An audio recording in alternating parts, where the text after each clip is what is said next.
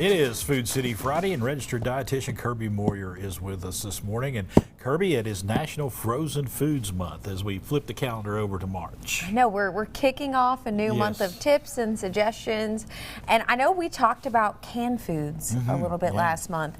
I think this kind of theme reigns in the same idea of we want to make things quick, convenient, and then a good thing about this is keeping your kind of freezer stocked, so you can meal plan, make some of those healthier kind of choices throughout the week. And when you have that, you know, you always want fresh. Yeah. Fresh is always best, but the next best thing, frozen. It really is. And the thing about frozen, it really aims to kind of preserve the nutrition, the texture, the quality, the taste.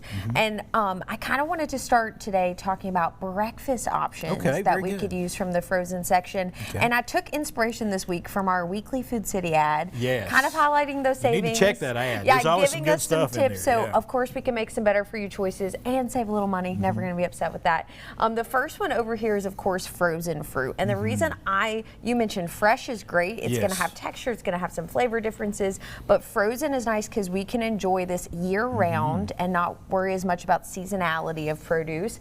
I love to recommend doing smoothies, and a really fun thing you can do, you can actually portion out your fruit with whatever you want to put in there, protein powder, you could put in peanut butter, you could put in fresh greens, put them into Ziploc bags, and then all you need to do is dump that in your blender, whatever milk you want to use to prepare, and you have a fiber-filled on-the-go snack or quick breakfast option. And I love the fact that when you go to Food City, they have all those milk options available. You got almond, you got oat, you got cashew, you got all the different types of milk that are available right there. Yeah, so it's a real, and close to the freezer section, so easy to kind of pair those together. And another quick option would be frozen waffles. I think frozen waffles sometimes get a bad rap. I think they do. I think most people are like, oh, it's just something quick. No, yeah, it's really easy. They're really handy. Yeah, and of course, this is going to be a multi-grain option, so we're going to see a bit more fiber in there. I actually like to pair topping it with either Greek yogurt, cottage cheese, or peanut butter, and then doing sliced fruit, or you could also do thawed frozen fruit with that. You taught me something there. I've never thought about putting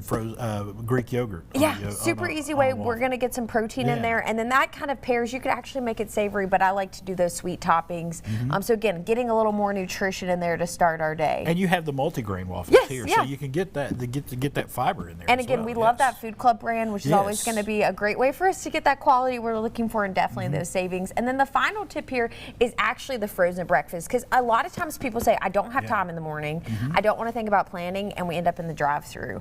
Now this is not going to be what I would say is definitely a better for you choice, but compared to going through a drive-through, you are going to save over 250 calories, more than 20 grams of saturated fat, and more than 1,000 milligrams of sodium from switching to that's a lot. It is a huge difference, right? Now we're still going to see more typically fat and a little bit more salt than I would recommend in some of these options, but what I would recommend pairing it with, do a fresh item that is naturally low in sodium. You're still going to get protein, you're going to get some fiber in there, and definitely easier than hitting that drive-through every day. And again, we're going to save a little money by making that And I was looking here, you should read the labels on everything. Read the labels. I'm a big proponent of reading the labels. 16 grams of protein in this, in this product alone. So that is, if you're watching your you want to get more protein in your diet, good way to go right there. And of course, your shortcuts down here with the fruits. Absolutely, yeah. So that's a really easy pairing option, just because we recognize the main thing people say is, I don't want to have to think about it. I want a very easy solution.